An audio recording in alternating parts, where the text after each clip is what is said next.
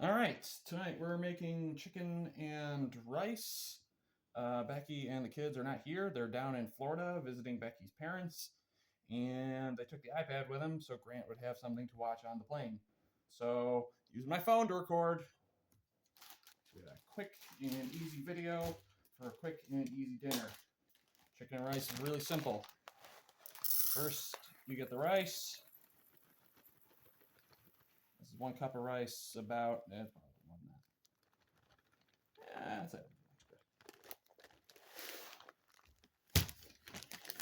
Put you right there for now. No, I guess I won't put you right there for now. Why don't that stay there?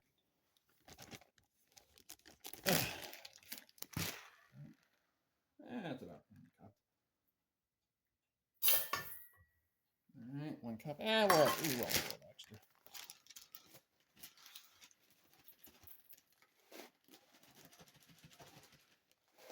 Then, for the amount of volume rice, you add 2 times that volume liquid. Usually you can use water, although you can also use chicken broth. It makes your rice more savory. I like using chicken broth because it makes my rice more savory. So I just added 1 cup of rice. So we're going to put in 2 cups of chicken broth. A little more than 1 cup.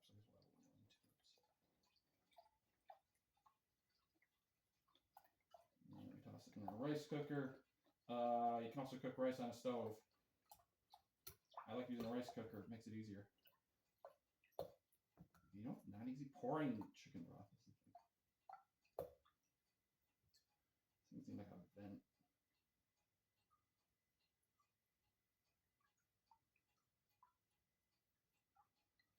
Almost at 2.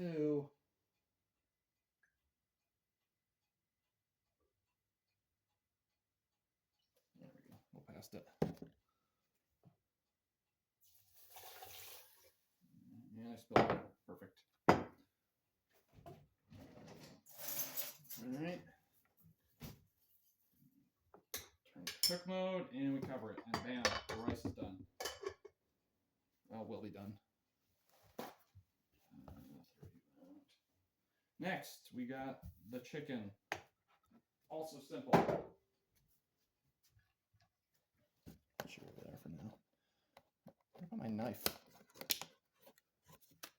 Well, I had a knife out.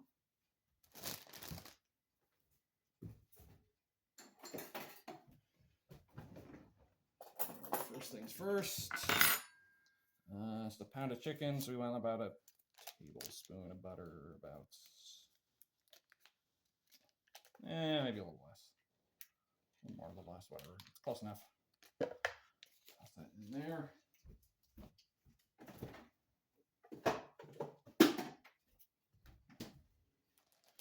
And yeah, and now we just dice the chicken. We're gonna put some sauce on it, and yeah, then we'll cook it. But then, while we are cooking or preparing the chicken, I've got something I want to say that's completely unrelated to cooking. So, The Legend of Zelda, A Link Between Worlds, the 2013, 2014 Nintendo 3DS game.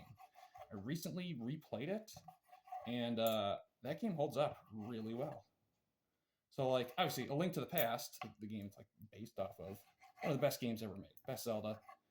And the problem is, though, I replay that game like all the time, so I can beat it in like 5 hours, and I have it 100% memorized. And so, you can't replay it for the first time again. But A Link Between Worlds, I was thinking about it the other day. It's like, wait a minute, I really like that game, but I also haven't played it in like 12 years, 10 years, however long. And I genuinely don't remember much about it. I'm like, all right, I'll give it a replay.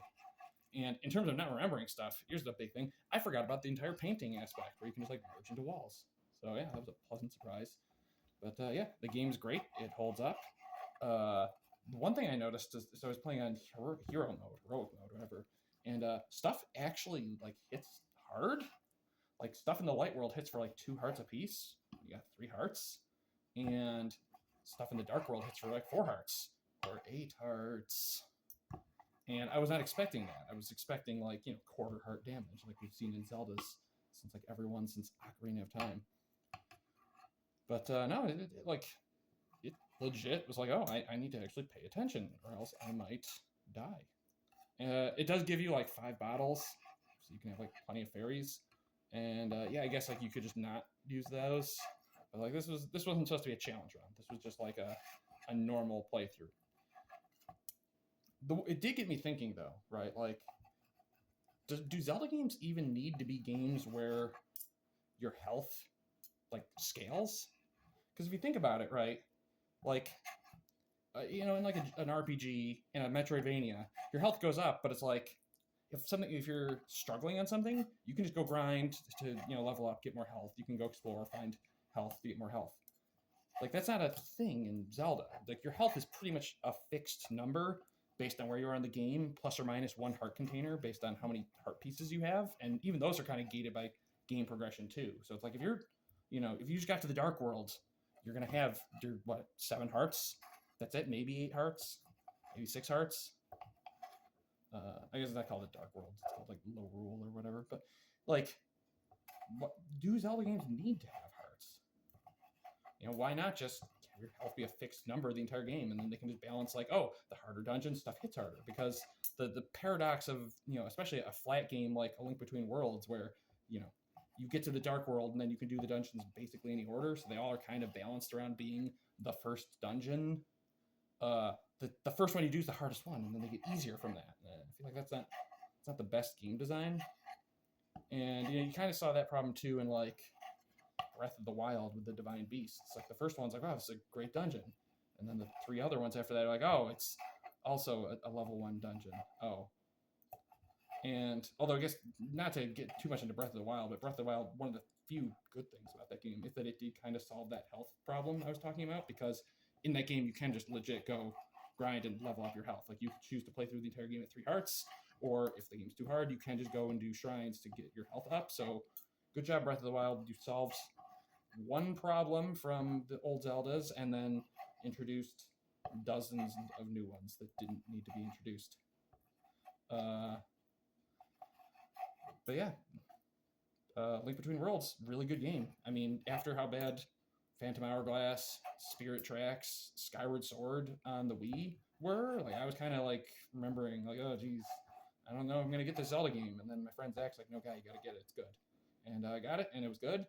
And then in a weird way, it was kind of almost too good, because then when Breath of the Wild came out, I just bought that one sight unseen, and I wasted my money on that one, especially because I didn't just get Breath of the Wild. I got the special edition on eBay because it was sold out. So yeah, Link Between Worlds, actually not that good a game because it made me waste money. So anyway, that's the Zelda review, and chicken's all cut up. Get that in there. Rice is nowhere near cooked. That's going to take like 20 minutes. So we're just going to get this into here.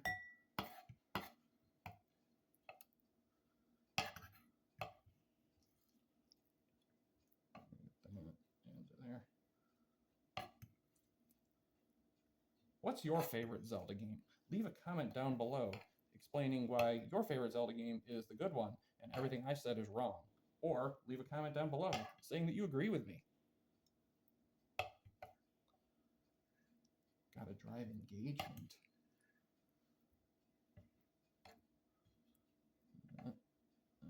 Put that there. Add the sauce. It's 6.5 fluid ounces. It's these Wegmans sauces. These things are great. They got all different flavors too. They got like a Kung Pao sauce. They got a Szechuan sauce. They probably have others. I don't know. Kung Pao and the Szechuan are the only 2 that I use. They're the only 2 that I like. Maybe the other ones are good. I don't know. These 2 are good. So presumably the other ones are good, but I haven't had a reason to try them because this one's good. In there. All right. Stir that up. And then, yeah, we're just going to let this kind of soak for the 20 minutes or however until the rice cooker clicks. And then we're going to cook it into, what's it considered, a deep saucepan or whatever? Stovetop. It's chicken and rice. All right, we're done here.